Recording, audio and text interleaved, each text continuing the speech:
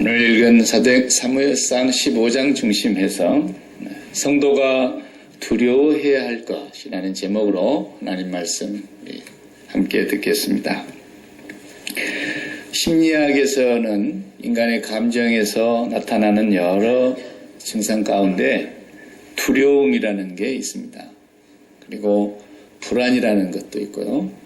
이 두려움과 불안이 조금 차이가 있는데, 두려움은 쉽게 말하면 눈에 보이는 것이고 직접적으로 느껴지는, 현실로 느끼는 그 대상으로부터서 갖는 공포심입니다. 집 앞에 동물원을 탈출한 호랑이가 왔다 갔다 한다더라. 그러면은 이 사람들이 그 호랑이와 눈이 마주칠 때 얼마나 두렵겠습니까? 네. 근데 불안이라고 하는 것은 상상 속에서 나타나는 겁니다. 아직 나타나는 현실도 없고 어떤 결과도 없는데 괜히 부정적으로 결과가 나타날 것을 상상을 해가지고 그렇게 되면 어떡하지? 이게 불안입니다.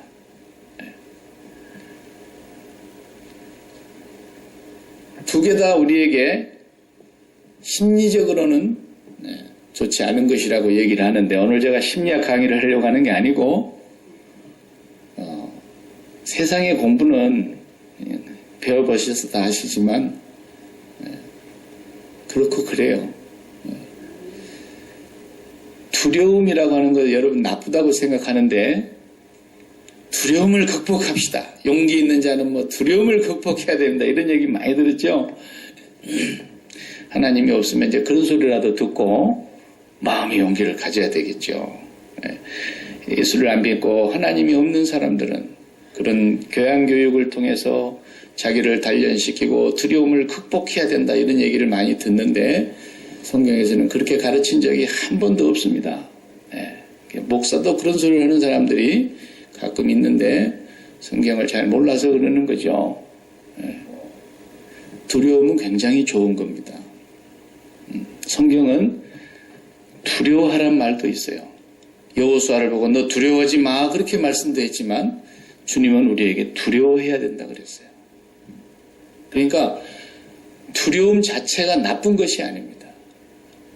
문제는 뭐냐면 두려워하지 말아야 될 것을, 잘못된 걸 두려워하는 거예요. 진짜로 두려워해야 될 것이 있고 올바른 두려움이 있다는 뜻이에요. 엉뚱한 것을 가지고 두려워하지도 않을 것을 괜히 두려워하는 사람들. 그런 사람들은 용기를 가져, 두려움 갖지 마, 극복해야 돼, 이렇게 얘기를 하니까 그게 맞는 소리로 들릴 수밖에 없죠. 그러나 영적으로 하나님의 백성들에게는 그런 얘기는 틀린 소리입니다. 두려워하는 것이 나쁜 것이 아니라 올바른 두려움만 갖고 살면은 우리는 절대로 두려워하면서 살아야 진짜 행복한 것입니다. 이게 진리의 역설인 거예요. 그 두려움이 어디서 오느냐? 두려움이 오는 그 출처를 잘 알아야 됩니다. 성경이 우리에게 가르쳐주는 두려움의 원인은 관계에서 온다는 것입니다. relationship, 관계. 관계라는 게 뭡니까? 관계라는 것은 내 마음에 담겨져 있는 것이에요. 마음에 담겨져 있는 것이 관계라는 뜻이에요. 무슨 얘기냐면 내 마음에 소중하다고 생각한 무언가가 담겨져 있어요. 그게 뭐 자식일 수도 있고, 어떤 사람은 돈일 수도 있고, 어떤 사람은 안정된 직장 생활일 수도 있고, 어떤 사람은 건강하게 병들지 않는 몸일 수도 있고, 그래서 소중하다고 생각하는 것들이 내 마음에 꽉 들어와 있단 말이에요. 근데 그 소유, 그 관계가 그것이 빼앗길 것 같거나 이제 빼앗겨진다는 것이 확실해진다거나 그럴 때 두려움이 오는 거예요. 그러니까 두려움은 누가 가지는 것입니까? 뭔가 소유하고 있을 때 갖는 두려움이에요. 아무것도 가진 것이 없다. 그런 사람은 두려워하지 않습니다. 두려워하지 않는 사람 중에 진짜로 두려워하지 않는 사람이 누굴까요? 관에 들어가 있는 사람입니다. 죽은 사람이 두려워하는 거 봤습니까? 그 죽은 사람 관에 담아놨는데 뱀이 그 관 위로 이렇게 넘어간다더라. 그런데 죽은 사람이 벌떡 일어나겠어요? 그 사람은 관계가 끝난 사람이에요. 그 사람은 자기의 마음도 없어요. 이제 소중한 게 없어요. 아무것도 없어요. 그게 죽었다라는 뜻이에요. 그러니까 무서움이 없죠. 무섭다라는 얘기는 아직도 내가 뭔가를 소유하고 있고 그 소유하고 있는 게 너무 소중하다는 걸 아는 사람이에요. 나는 돈도 없고 뭐 명예도 없고 뭐 지식도 없고 뭐 직장도 변변치 않고 없고 뭐 아무것도 없는데 왜 나는 이렇게 무서울까요? 죽을까 무서운 거예요, 이제. 왜? 이 세상의 모든 것을 다 가져도 네 목숨 하나 바꿀 수 없다 그랬잖아요. 목숨 잃을까 두려운 거예요, 목숨 잃을까. 그러니까 총을 이렇게 딱 들이대면 뭐라 그래요? 살려만 주세요. Please spare my life. 살려만 주세요. I'll give you all what I have. 내가 가진 거 다 드리겠습니다. 그러잖아요. 나도 강도가 오면은 그렇게 말 한마디는 해야 될 것 같아서. 사람이 자기 목숨이 그렇게 중요하다는 걸 아니까 그 목숨을 내 마음속에서 가장 소중한 것으로 알고 있는 이 사람은 돈은 필요가 없을지라도 정말 두려움이 있는 거예요. 그 목숨이 잃을까 봐서. 목숨이 얼마나 중요합니까? 그래서 두려움이라는 것은 관계에서 오는 것인데 나와 무엇과의 관계, 그것도 없는 사람은 이제 두려워할 필요가 없는 거죠. 전혀 두려움이 없는 거예요. 그러니까 저와 여러분이 숨을 쉬고 있으면서 나는 하나도 안 두려워, 거짓말입니다.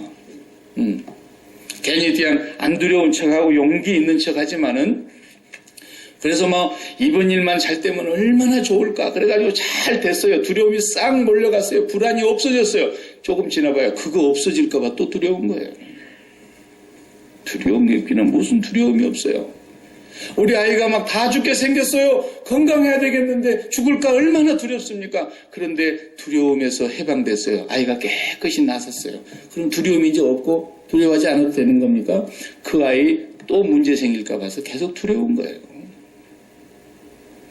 또 문제 생기기도 하고요.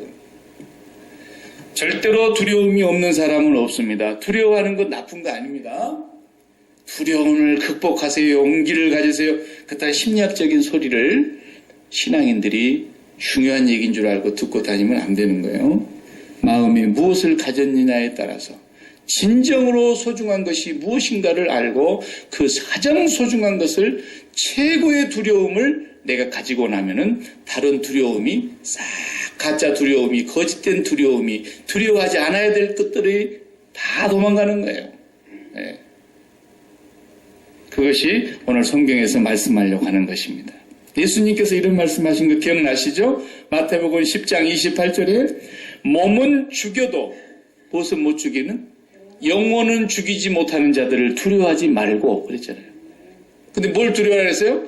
몸과 영혼을 둘 다 동시에 지옥으로 멸망시키는 자를 두려워하라 그랬잖아요.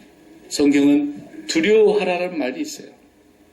두려워하지 않는 것이 옳은 게 아니에요.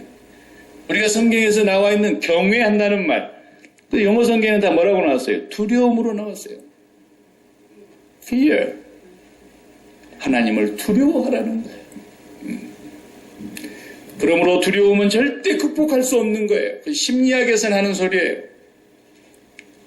참된 두려움을 가지면 거짓된 두려움이 다 물러가는 거예요. 오늘 본문에서 15장 전체를 읽어오셨나요? 15장 전체가 오늘 우리에게 그걸 말씀하고 있어요. 사울에 대해서 우리가 잘 알고 있는 내용이죠. 이제 사울이 하나님 앞에서 명령을 받았어요.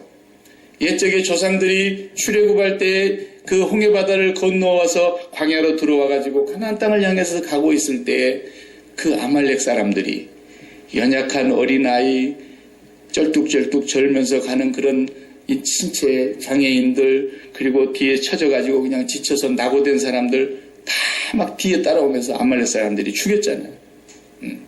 하나님이 그것을 보시고 오늘 사울에게 명령을 하신 거예요.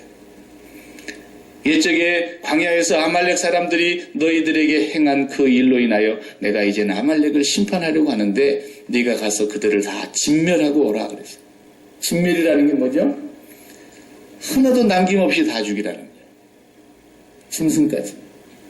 그런데 어떻게 했죠? 다 죽이고 오질 않았어요. 왕을 죽이지 않았어요. 아말렉 왕 아각을 개줄로 묶고 갖고 왔는지 하여튼 목을 묶고 갖고 왔는지 질질질 끌고 왔어요. 살려가지고. 그리고 또 뭘 살려왔다 그랬어요? 안 읽어오셨구나. 무엇을 살려놨다 그랬어요? 여호와께 제사 드리기 위해서 이제 우리가 승전했으니까 하나님께 예배 드릴 때 쓰는 제물 살찐 소와 살찐 양들을 그대로 끌고 왔다 그랬어요. 그러고 있는 것을 하나님이 보시고 사무엘 선지자에게 말씀하시지 않습니까? 내가 사울을 왕을 세운 것에 대해서 너무너무 안타깝다. 그가 내 말을 안 듣는다는 거예요. 그래서 사무엘은 밤새도록 하나님 앞에 사울을 놓고 기도를 합니다. 그런데도 하나님께서 마음을 편개치 않으시는 거예요. 그래서 다음날 아침에 사울을 찾아 나서는데 사울이 돌아와가지고 제일 먼저 한 일이 뭐예요? 승전을 기념해서 자기 이름을 돌에다가 새기고 기념비를 세운 거예요. 사무엘 선지자하고 사울은 어떻게 이렇게 다른지 몰라. 사무엘 선지자는 하나님이 전쟁을 이기게 하시면 에베네셀 돌을 하나 세우고 하나님이 도와주셨다라는 에베네셀 이렇게 거기다가 이렇게 했다 그랬죠. 하나님이 도와주셨다. 그래서 그 도움의 돌을 기념비를 세웠다 그랬는데 사울은 전쟁하고 돌아와서 어디에? 갈멜로 와가지고 그냥 자기 이름을 위하여 기념비를 세우고 그 다음에 길갈로 돌아갔더라 그랬습니다. 사무엘 선지자가 길갈까지 쫓아가서 그랬습니다. 여호와께서 왕을 버리셨습니다. 사울은 지금 막 승전의 기쁨에 차가지고 이거 뭐 어떻게 어찌할 바를 모르겠는데 갑자기 청천벽력 같은 소리를 듣는 거예요. 하나님께서 왕을 버리셨습니다. 왜 그렇습니까? 제가 하나님이 명령한 대로 다 했는데요. 그러니까. 그러면 지금 내 귀에 들리는 이 소의 울음소리와 양의 울음소리는 뭡니까? 그러니까 저거요. 우리가 이제 이겼는데 하나님 앞에 우리가 승전가를 부르며 예배를 드릴 때 저거 제물로 쓰려고 가져온 겁니다. 그래서 하나님께서 사무엘을 통해서 하시는 말씀이 여호와 하나님이 그 목소리를 순종하는 것보다 좋아하시는 것이 있는 줄 아셨습니까? 아무리 좋은 제물을 갖다가 하나님 앞에 제사로 드린다 할지라도 하나님은 그 목소리 순종하는 것보다 좋아하시는 것이 아닙니다. 이걸 거역하는 것은 우상 숭배와 같고 고집부리고 오만하고 완고한 것은 죽은 우상 앞에 절하는 것과 같은지를 왜 몰랐습니까? 당신이 이렇게 오만하고 완고해서 하나님 말씀을 듣지 않는 것은 우상 숭배와 같은 죄를 범한 것입니다. 그렇죠? 우리 부모님들이 다 그런 말씀 옛날에 하시잖아요. 뭐 좋은 옷도 선물로 드릴 수 있고 좋은 음식도 대접해 드릴 수 있고 뭐 때때마다 용돈도 드릴 수 있고 그런데 그것도 귀한 일이죠. 그러나 부모님 말씀을 순종하는 것보다도 더 귀한 일은 없어요. 생일날 아니면 추석 명절날 막 설날 이런 날 자녀들이 다 모여가지고 선물도 잔뜩 가져와서 막 기쁘고 잔치를 벌리고 음식을 벌여놓고 하는 것도 좋은데 모였다면 싸워 형제들끼리. 며느리들은 며느리들끼리 싸우고 그래봐요. 그러면은 다음부터 오지 마라 그러죠. 그게 하나님 말씀을 순종하는 것보다도 더 귀한 것이 없는데 하나님 말씀 목소리 듣는 것보다도 목소리를 순종하는 것보다도 하나님이 더 좋아하시는 것이 있는 줄 알았습니까?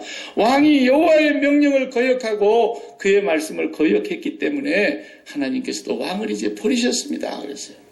그러자 24절 우리가 읽지 않았는데 한번 읽어보겠어요. 15장 24절에 다 같이 사울이 사무엘에게 이르되 내가 범죄하였나이다. 내가 여호와의 명령과 당신의 말씀을 어긴 것은 내가 백성을 두려워하여 그들의 말을 청종하였음이니이다.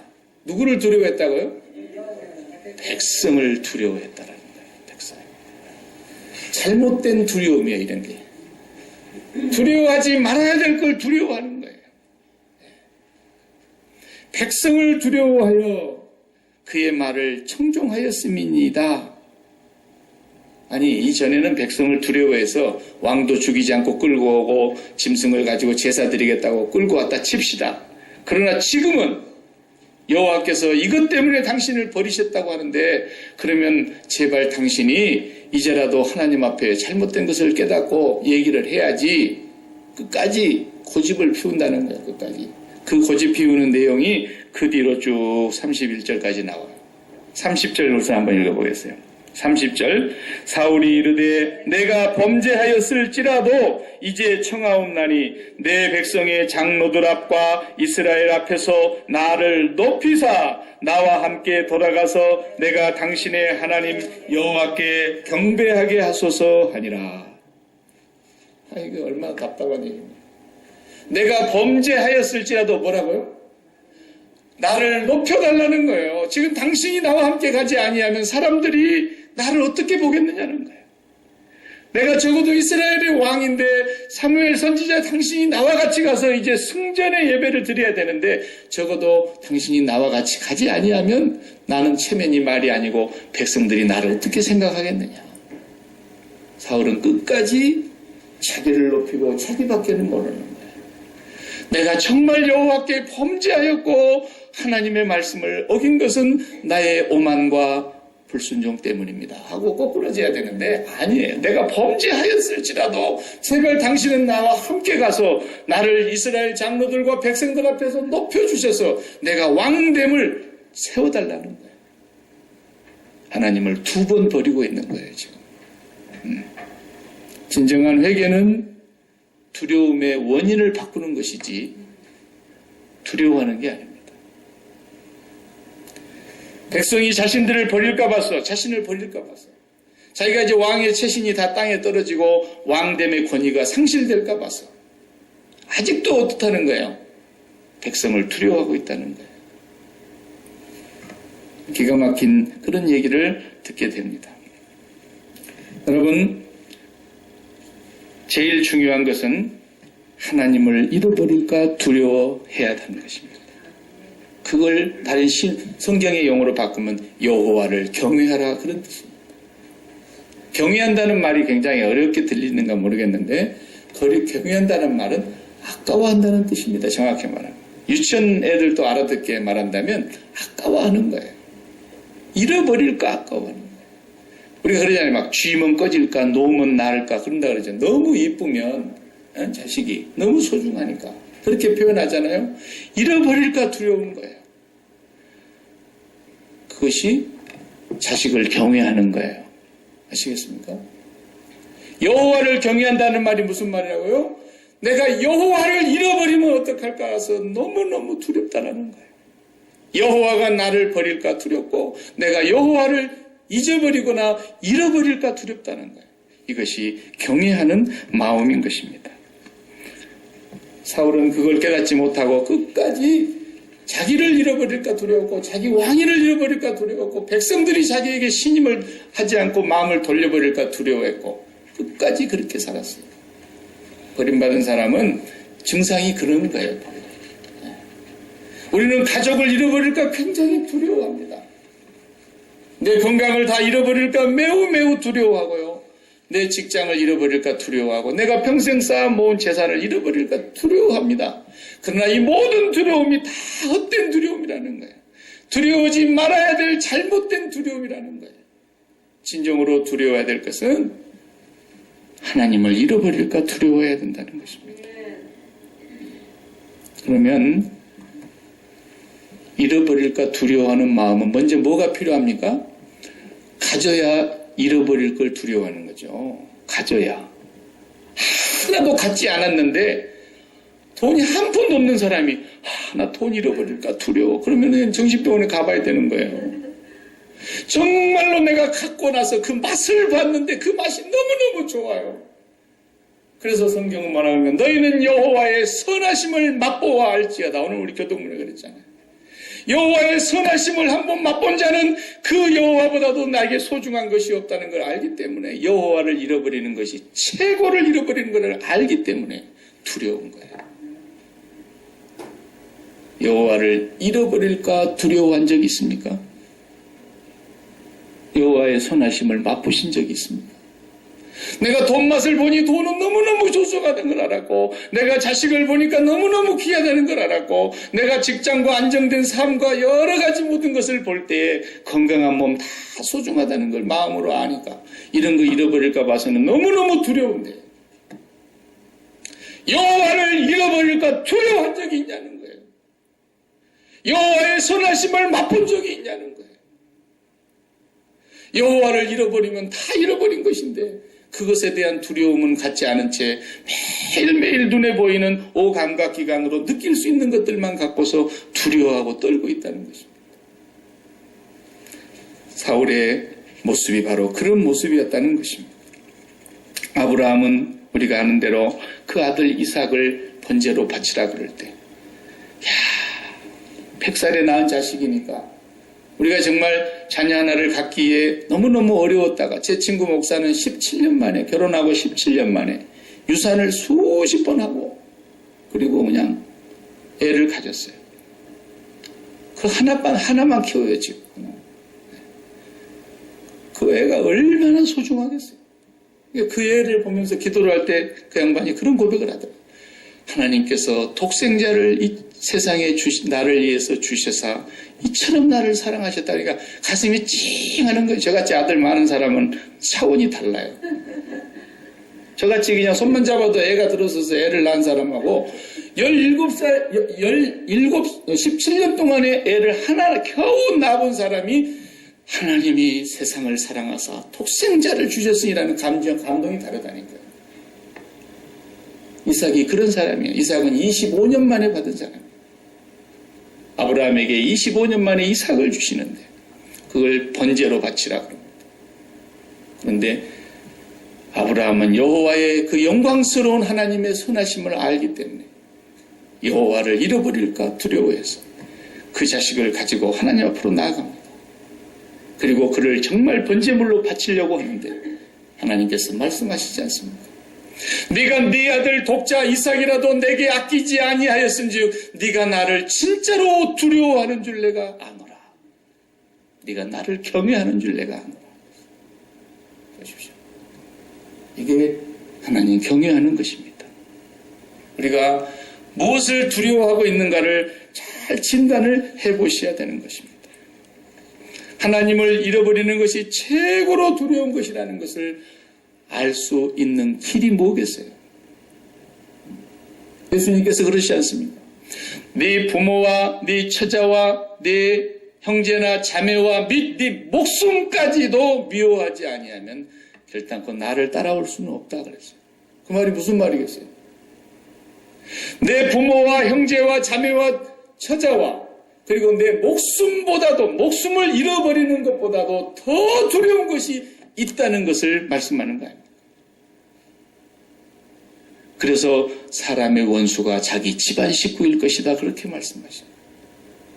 그 길을 떼낸다는 게 그렇게 힘들다는 걸 주님은 아시고 계시기 때문에. 그런데 그걸 떼내고 여호와가 제일 중요하며 소중하며 여호와를 잃어버리는 것이 가장 큰 두려움이라는 걸 알게 하는 것은 바로 예수 그리스도의 십자가인 것입니다. 그 십자가의 사건은 바로 오늘 또 우리에게서 내 마음에 최고로 소중하다고 하는 것들을 다 못 박은 사건인 것입니다. 예수 그리스도의 십자가에서 내와 그와 함께 연합하여 죽었다라는 말은 내가 지금까지 내 마음에 담아놓고 소중하다고 생각하는 모든 것들이 심지어 내 목숨까지라도 다 십자가에 못 박아 죽었다는 사건이 바로 그리스도의 십자가 사건인 거예요. 그 십자가의 사건을 날마다 우리가 묵상하고 회상하고 기억하고 매일매일 그 십자가의 사건을 고백하면서 살아갈 때 우리 마음이 이 세상에서는 떨어지고 하나님께로 우리 마음이 붙는 거예요. 우리 심장이 하나님께로 붙는 거예요. 내 마음이 주님과 함께 연합하여 부활하고 주님과 함께 연합하여 승천하고 주님과 함께 연합하여 하늘에 앉은 자가 되고 우리의 마음이 하나님께 심장을 들여지게 되면서 그 하나님의 선하심을 맛보아 살아가는 동안에 우리 이 땅에 있는 모든 두려움이 다 떠나가는 거예요. 하나님이 여러분 마음속에 제1의 현실이 되면 이제는 그분의 뜻대로 될 것이기 때문에 두려워할 것이 세상에 없더라는 것이죠. 그래서 다윗이 그래서 고백한 거예요. 내가 여호와를 진정으로 경외한다고 고백했던 그 다윗, 여호와 하나님 한 분을 참으로 두려워했더니 그분이 나의 목자가 되어주시니까 내게 부족함이 없으리로다 고백했고, 내가 사망의 음침한 골짜기로 다니면서 해를 받을 것을 두려워하지 않은 것은 내가 최고로 두려워하는 그분이 항상 나와 함께 계시기 때문에 우리는 두려움은 극복되는 게 아니라 두려움은 올바른 두려움으로 바꾸는 것입니다. 예수 그리스도를 통해서 지금까지 우리가 두려워했던 이 세상의 모든 것들을 십자가에 못 박아 죽인 자라는 것을 확실히 믿으시고 고백하고 날마다 시인하고 날마다 확인해야 되는 것입니다. 십자가가 생활화되지 않는 사람은 그리스도인으로 살아갈 수가 없습니다. 날마다 그리스도의 십자가에서 우리가 죽은 자임을 고백하고 하나님이 최고로 두려워해야 되는 하나님을 매일매일 확인하면서 살면 세상 사는 거 괜찮습니다. 살만해요. 예. 절대로 아무리 어려워도 살만해요. 하나님을 잃을까 두려워하는 그런 마음을 갖기를 기도하시기 바랍니다. 사업을, 자식을, 건강을 잃어버릴까 두려워하는 그런 마음처럼 전정으로 여러분이 이제부터 하나님을 잃어버릴까 두려워할 수만 있다면 이 세상 어디를 가서 무엇을 하면서 살아도 하나님을 두려워하는 것이 최고의 행복이 되는 걸 맛보게 될 것이고, 하나님을 두려워할 때 최고의 평강을 맛보게 될 것이고, 하나님을 두려워할 때 최고의 기쁨이 있을 것입니다. 맛보시기 바랍니다. 내 마음이 하나님을 버리는 순간을 잘 포착하실 수 있어야 됩니다. 사울은 하나님을 2번 버립니다. 내가 범죄하였을지라도, 이게 무슨 말입니까? 제발 나와 함께 가서 내 자존심 좀 세워주시고 내가 왕위를 잃지 않게 해주시고 백성들이 나를 여전히 존경하게 해주십시오. 하나님을 버리는 것입니다. 사울은 실제로 자기가 왕인 줄 같았지만 사울이 왕이 누구였다는 뜻입니까? 백성들이었다는 것입니다. 하나님의 백성들은 그렇게 살면 안 된다는 것입니다. 우리가 진정으로 하나님을 두려워할 줄 알면 백성을 바르게 섬길 수 있는 왕이 되는 것입니다. 그런 대통령이 뽑히도록 우리가 기도해야 하는 것입니다. 진짜 하나님 외에는 두려워할 줄 모르는 사람. 그 사람은 절대로 사람을 무시하지 않습니다. 하나님을 정말 두려워하게 되면 백성을 바르게 섬길 수 있는 진정한 왕이 되고 대통령이 되는 것입니다. 미국에도 우리 한국에도 곧 대통령 선거가 다가오는데 그런 사람을 뽑을 수 있다면 얼마나 우리 백성들이 행복하겠습니까? 사랑하는 성도 여러분, 이 세상에 두려워해야 될 것은 아무것도 없다는 것을 깨닫게 하시기 위해서 주님이 십자가를 지셨다는 사실을 알으셔야 됩니다. 이 세상에 우리가 마음에 소중한 것이, 담을 만한 것이 아무것도 없다는 것을 주님이 깨닫게 하시려고 마국간에 오셔서 세상을 절로 여기신 것입니다. 그분은 만왕의 왕이시면서도 세상을 결코 마음에 담지 않으셨던 분입니다. 오늘도 우리가 마음에 담고 있는 것이 그분 한 분 외에 다른 것을 담고 있다면 여러분은 잘못된 두려움에서 빠져나올 수는 없을 것입니다. 그러나 이 세상에 소중하다고 하는 그 어떤 것이라도 그리스도와 함께 십자가에서 못 박힌 사람이라는 것을 분명히 믿고 확신하고 고백하면서 산다면 여러분은 그 하나님 한 분을 통해서 그 하나님 한 분만 두려워하면 이 세상에 어느 것도 두려워할 것이 없이 살 수 있다는 그런 하나님의 백성이 될 것입니다. 기도하십시다.